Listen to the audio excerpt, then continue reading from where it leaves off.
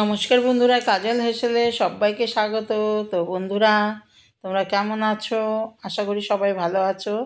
দেখো, আজকে একটা কুন্দুলির তরকারি নিয়ে আসলাম। কুন্দুলি তো আমরা হামেশাই ভাজা খাই, সবসময় একঘেয়া ভাজা না খেয়ে আমি যেভাবে করছি তরকারিটা, তোমরাও ঠিক ওইভাবেই করে খেয়ে দেখো, খুব ভালো লাগবে। এই দেখো, কুন্দুলি তরকারি করব কিন্তু চিংড়ি মাছ দিয়ে। এই দেখো কুন্দুলিগুলোকে, এই দেখো এক একটা কুন্দুলিকে 4 টুকরো করে কেটে নিয়েছি, বেশ সরু সরু লম্বা লম্বা করে। আলুও ঠিক ওইভাবেই কেটে নিয়েছি। আর নিয়েছি পেঁয়াজ, নিয়েছি একটু আদা আদা বেটে দেবো, কাঁচা লঙ্কা চেরা আর টমেটো। তো প্রথমে দেখো, চিংড়ি মাছটাকে নুন হলুদ মাখিয়ে রেখে দিয়েছি। তো এবার চিংড়ি মাছটাকে ভেজে তুলে নেব। প্রথমে চিংড়ি মাছটা ভেজে তুলে নেব। এই এই সবজিটা সবসময় একঘেয়া ভাজা খেতে প্রচুর তেলও লাগে। এই কুন্দুলি ভাজা করতে, তার থেকে এরকম সামান্য তেল মশলা দিয়ে যদি এরকম তরকারি করা যায়, সেই তরকারিটা কিন্তু ভাত, রুটি, পরোটা সব কিছুর সাথেই খুব ভালো খাওয়া যাবে। তো আমার ঘরে চিংড়ি মাছ ছিল, তাই আমি চিংড়ি মাছ দিয়ে করছি। তোমরা ইচ্ছা করলে এটা নিরামিষও করতে পারবে, নিরামিষও খেতে ভালো লাগবে। তো চিংড়ি মাছটা ভেজে তুলে নিলাম। নিয়ে এবার যেটুকু তেল ছিল ওতে অল্প কালো জিরা আর কাঁচা লঙ্কা, চেরা কাঁচা লঙ্কা ফোড়ন দিয়ে দিলাম।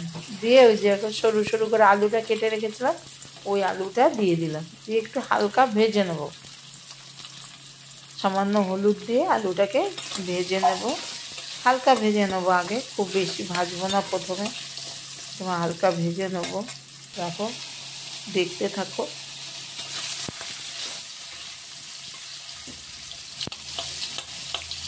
দেখো মোটামুটি ভাজা হয়ে গেছে, আর তেল আছে মাঝখানে।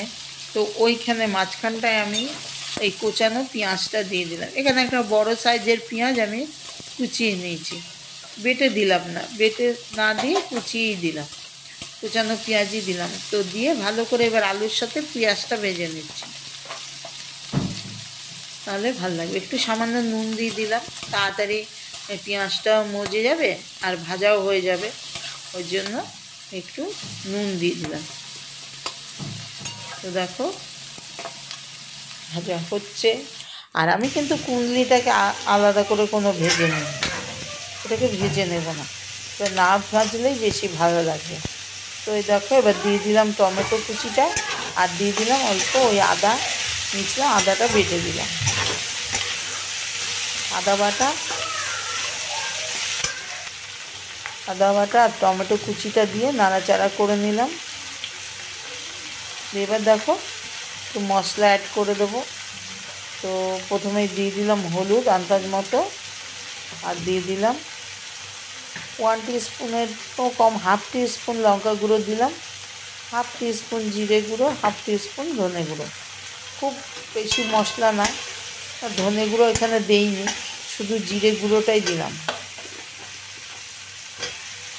হাফ টিস্পুন জিরে গুঁড়ো দিয়েছি, খুব বেশি এখানে মশলা লাগবে না। আমি কোনো ধনে গুঁড়ো ইউজ করিনি, আমার বেরিয়ে গেছে মুখ দিয়ে। আচ্ছা, দিয়ে এবার দেখো কেটে রেখেছিলাম যে কুন্দুলিগুলোকে, ওইগুলো দিয়ে দিলাম। দিয়ে এবার ঢাকা দিয়ে দেবো, ঢাকা দিয়ে মজাবো। তার আগে দিয়ে দিলাম আন্দাজ মতো নুন। ঢাকা না দিলেও হবে, বেশ ভালো লাগবে দেখতে। ঢাকা না দিলে কী হয়, কালারটা বেশ ঠিক থাকে। কুন্দুলির যে একটা সবুজ একটা কালার, ওটা বেশ সুন্দর থাকবে।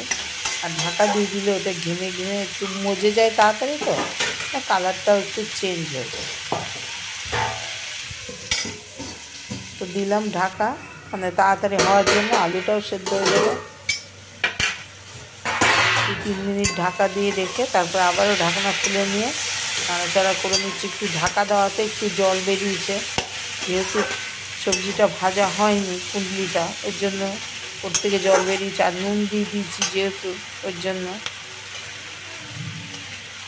তো দিয়ে এবার চিংড়ি মাছ ভাজাটাও দিয়ে দিলাম।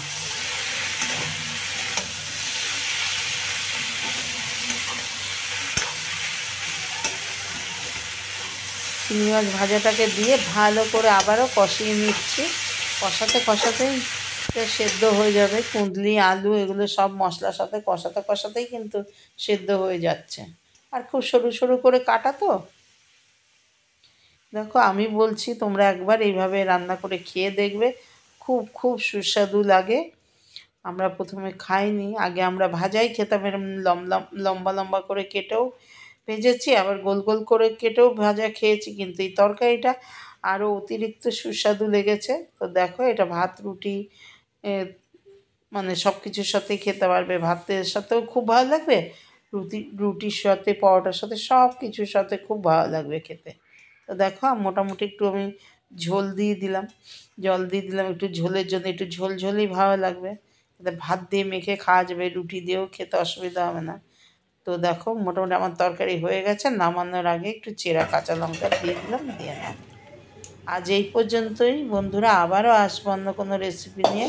ততক্ষণের জন্য তোমরা ভালো থাকো, আর এতক্ষণ তোমরা আমার রেসিপিটা দেখার জন্য তোমাদের অনেক অনেক ধন্যবাদ।